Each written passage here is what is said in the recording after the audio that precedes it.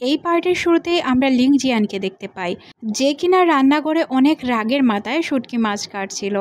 আর তার শুটকি মাছ কাটা দেখে সবাই অবাক হয়ে যায়, কারণ সে অনেক বেশি রেগেছিল। আর রেগে থাকার কারণও ছিল বটে, কারণ গত পর্বে তো আমরা দেখেছিলাম যে তাকে কিস করে বসেছিল রাজা, আর এই জন্যই সে মূলত এত রেগেছিল।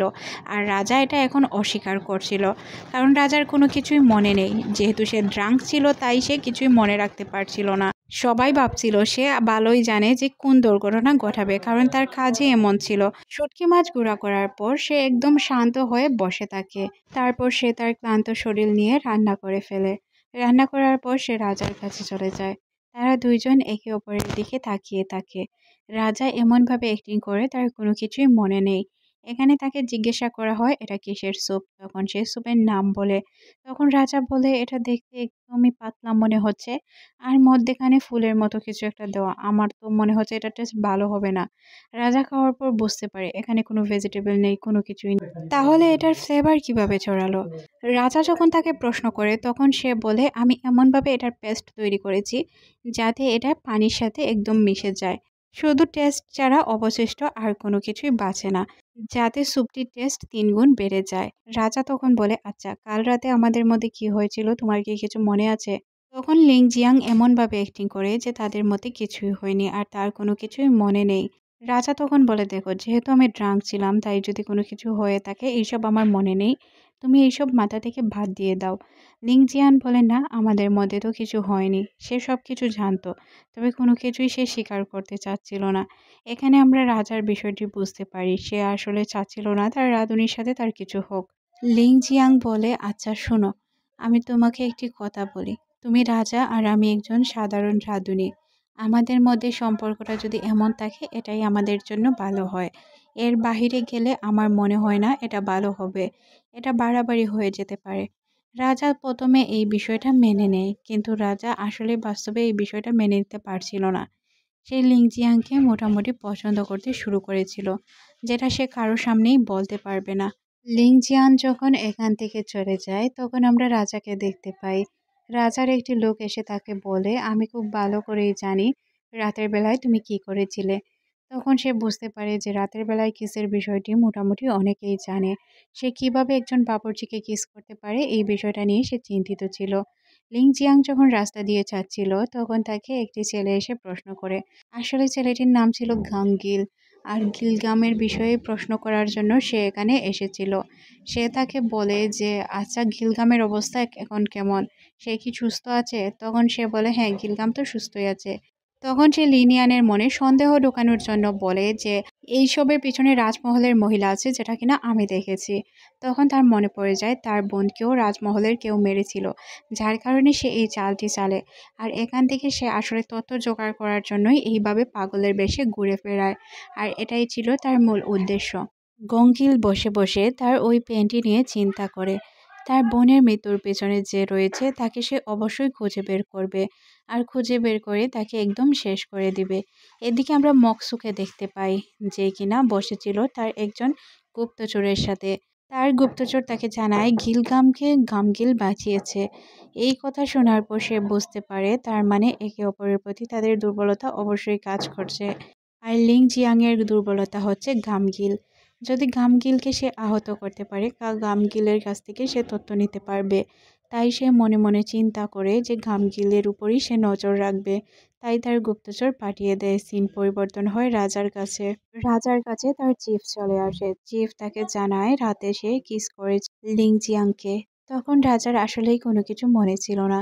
তার মনে ছিল, কিন্তু সে আসলে মনে করতে চাচ্ছিল না। সে এটাকে তার নেশার উপর দোষ দিতে চাচ্ছিল। চিফ তাকে বলে যে আপনার কিছু তাকে উপহার দেওয়া উচিত, কারণ আপনি যা করেছেন ভুল করেছেন। সিন পরিবর্তন হয় একটি সমাবেশে। রাজার একজন বিরোধী পক্ষ ছিল, যাদের সাথে রাজার যুদ্ধ হওয়ার কথা ছিল।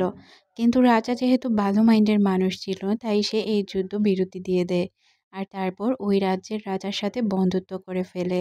রাজা একদম খিটখিটে মেজাজের, আর ওনাদের দেখে যারা আসবে তারা হয়তো তাকে ভুল ধরার চেষ্টা করবে। আর রাজার রাজ্যে ভুল ধরে তাকে ভুল প্রমাণ করে তার রাজ্য ছিনিয়ে নেওয়ার ধান্দাই ছিল তাদের। যেহেতু সে ওই টাইপের লোক ছিল, তাই রাজা তার মন্ত্রীকে জিজ্ঞেস করে তাদের যে আপ্যায়নের জন্য কি কি ব্যবস্থা করা হলো। মন্ত্রী তখন তাকে জানায় যে অনেকগুলো স্বর্ণ দিয়ে তাদেরকে বরণ করা হবে, আর এই স্বর্ণগুলো তাদেরকে উপহার হিসাবে দেওয়া হবে। রাজা শুনে বিরক্ত হয়ে যায়, বলে এইসব আমার প্রজাদের কামাই, আর আমার প্রজাদের কোনো ক্ষতি করে আমি অন্য রাজ্যের রাজার সাথে ভালো সম্পর্ক তৈরি করতে পারবো না। এক কাজ করো, এদেরকে সহজভাবেই বরণ করতে হবে। মন্ত্রী এখানে অবাক হয়ে যায়, আর সে মানতে পারে না কোনো কিছুই, কারণ এটা আজ পর্যন্ত হয়নি। তখনই রাজার কাছে তার একদম পার্সোনাল দূত চলে আসে, পার্সোনাল খবরি চলে আসে, যে কিনা তার মায়ের খবর আনার জন্য গিয়েছিল। রাজা তাকে জিজ্ঞাসা করে, কি জানলে আমার মায়ের খুন সম্পর্কে? খবরি যেখানে সৈন্য নিয়ে গিয়েছিল ওই জায়গায় সে ঠিকঠাকভাবে কোনোই তথ্য পায়নি। উল্টো একটি লোককে সে খুঁজে পেয়েছিল, কিন্তু ওই লোক ঘায়েল অবস্থায় ছিল। তাকে বলার আগেই সে এখান থেকে পালিয়ে গিয়েছে। হয়তো সে পালায়নি, তাকে কেউ এখান থেকে নিয়ে চলে গিয়েছে, কিন্তু কে নিয়ে গিয়েছে এটার সম্পর্কেও আমাদের ধারণা নেই। বুঝতে পারছি না ঘটনাগুলো কিভাবে ঘটছে। তবে হ্যাঁ, এই লোকটিকে যদি পেতাম তাহলে সবকিছু জানতে পারতাম।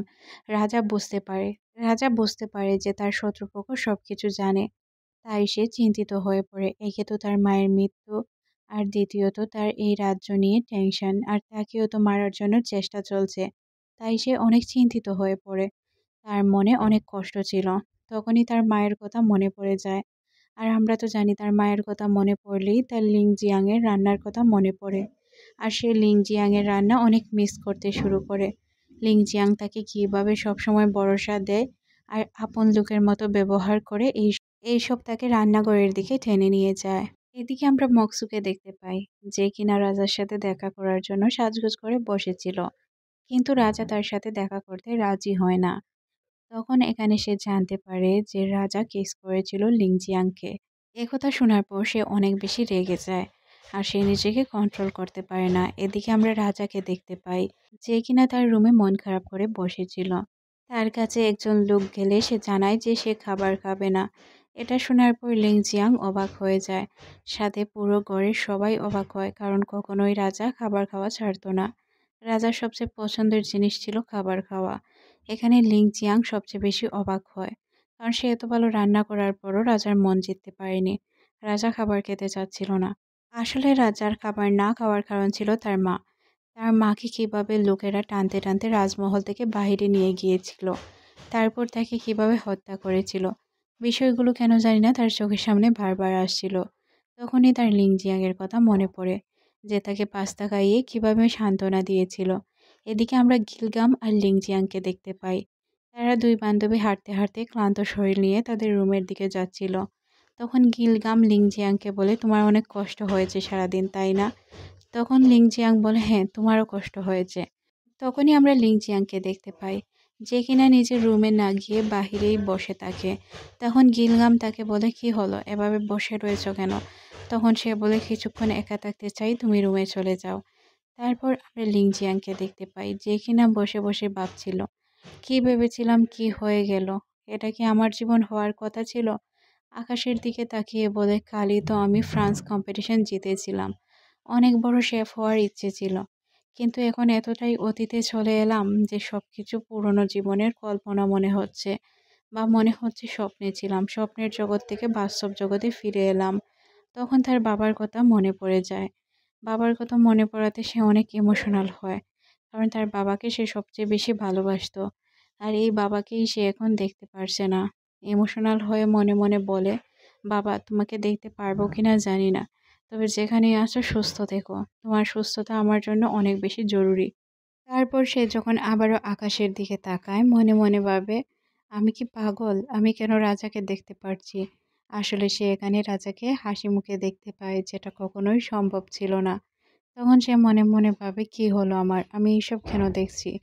তখন তার বুক ধড়ফড় করতে শুরু করে, আর সে অবাক হয়ে যায়। বলে, আমার হার্টবিট এত তেজ হচ্ছে কেন? এটা আমি কেমন ফিল পাচ্ছি? এই ফিল তো আমার হওয়ার কথা না। তাহলে কি আমি সত্যিই পাগল হয়েছি? তখন আমরা রাজাকে দেখতে পাই। খাবার না খাওয়ার কারণে তার ঘুম আসছিল না। সে বাহিরে হাঁটতে শুরু করে। তারপর সে রান্নাঘরের দিকে গিয়ে বলে, আমি কিছু খেতে চাই। তখন আমরা লিং জিয়ংকে দেখতে পাই, যে কিনা ঘুমাতে গিয়েছিল, কিন্তু সে যেহেতু সজাগ ছিল তাই সে খাবার তৈরি করে নিয়ে আসে। সে অনেক মজাদার একটি চিকেন স্যুপ তৈরি করে, যেটা খাওয়ার পর রাজা অনেক রিল্যাক্স ফিল করে। তার মনে হচ্ছিল তার আপনজনের হাতের রান্না। রাজা ফিল করে তার হার্টবিট বাড়তে শুরু করেছে। সে কি করবে কিছুই বুঝতে পারে না। এখানে আমরা মকসুকে দেখতে পাই, সে প্ল্যান বানায় কিভাবে তাকে এখান থেকে সরানো যায়। সে তার বিশ্বস্ত দাসীকে বলে, এক কাজ করো, আমাদের পছন্দের বাবুর্চিকে ডাকো, আর তাকে আমি কিছু জিনিস দিব যাতে সে এইভাবে কাজ করে। আর সে যদি আমার কথা শুনে কাজ করে তাহলে আমিও সাকসেসফুল, সেও সাকসেসফুল। আসলে সে লিংজিয়াংকে বিষ দিয়ে মারার চেষ্টা করছিল। আর সে বলছিল এখন থেকে আমি তার জন্য খাবার তৈরি করব। সে যেহেতু রাজার কাজে যেতে চাচ্ছিল তাই সে বলে আমি নিজে তৈরি করব খাবার, তোমাকে কিছু করতে হবে না। বিশ্বস্ত বাবুর্চি ডাকা হয়। সে বিশ্বস্ত বাবুর্চির হাতে বিষ দিয়ে দেয় আর বলে এই বিষটাই দিতে হবে। আর এখানে আমরা জানতে পারি অন্য জায়গা থেকে একজন প্রিন্স আসবে এই রাজ্য ভিজিট করার জন্য। যেহেতু অন্য রাজ্য থেকে রাজা আসবে তাহলে তো স্পেশাল খাবার তৈরি করতে হবে। মগজু রান্না করে চলে যায় আর বলে খাবারগুলো আমি তৈরি করব। তখন লিংজিয়ান পিছনে হাঁটে না। সে বলে খাবার আমিও তৈরি করব, কারণ রাজা আমাকেও খাবার তৈরি করতে বলেছে। তারপর সে অনেক মজার কিছু খাবার তৈরি করে। মগজু যেই খাবারগুলো নষ্ট করে ফেলে, কিন্তু আমরা দেখতে পাই লিংজিয়াং হার মানে না। সে আবারও নতুন করে খাবার তৈরি করার জন্য চলে যায়। সে সময় মতো একদম সুন্দর করে খাবার তৈরিও করে ফেলে আর সময় মতো খাবার পরিবেশন করে ওই রাজাকে। আমরা দেখতে পাই তাদের দুইজনের খাবারই রেডি ছিল। দুইজন খুব সুন্দর করে খাবার তৈরি করে দুই রাজার সামনে নিয়ে আসে। একজন তো তাদের রাজ্যের রাজা ছিল আর একজন অন্য রাজ্যের রাজা।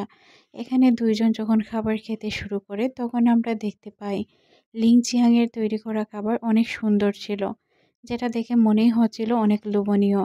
কিন্তু এদিকে মকসুর স্যুপ অনেক ঠান্ডা ছিল আর ঠান্ডা খাবার রাজার জন্য নিষিদ্ধ ছিল। তাই সে এই খাবারটি খেতে পারে না। দুই রাজা মিলেই ওই খাবারটি উপভোগ করে যেটা লিং জিয়াং তৈরি করেছিল। ওই প্রিন্স তাকে বলে যে আচ্ছা তোমার কি উপহার চাই, আমি তোমাকে উপহার দিতে চাই। লিং চিয়াং বলে যে আমি যদি তাজা কিছু সবজি পাই তাহলে ভালোভাবে খাবার তৈরি করতে পারবো, তাছাড়া আমার আর কিছুই প্রয়োজন নেই। এদিকে আমরা রাজাকে দেখতে পাই যে কিনা বসে বসে আর্ট করছিল। রাজার পাশে তার চিফ বসা ছিল। বসা থাকা অবস্থায় সে বলে আপনি যদি তার ব্যাগটি তাকে ফিরিয়ে দিতে পারেন তাহলে সে অনেক বেশি খুশি হয়ে যাবে। তার ব্যাগে চিফ যখন তার পাসপোর্ট দেখতে পায় সে তো অবাক হয়ে যায়। এখানে আমরা দেখতে পাই তিনজন আলাদা আলাদা বাবুর্চি আনা হয়েছে আর তিনজনকেই খাবার টেস্ট করানো হবে লিংজিয়াং এর হাতের। লিংজিয়াং এর ব্যাগটি তৈরি করে রাখা হয় তাকে গিফট হিসাবে দেওয়ার জন্য। সাথে তাকে এমন একটি জায়গা গিফট করা হয় যেখানে রং বেরঙের সবজি, ফুল, ফল সবকিছুই পাওয়া যায় আর যেগুলো অনেক তরতাজা ছিল। যখন লিংজিয়াং ওই জায়গায় যায় সে তো অবাক হয়ে যায়। জায়গাটি তার অনেক পছন্দ হয় আর জায়গাটি অনেক সুন্দর ছিল। লিংজিয়াং যখন মরিচ দেখতে পায় তখন সে মহা খুশি।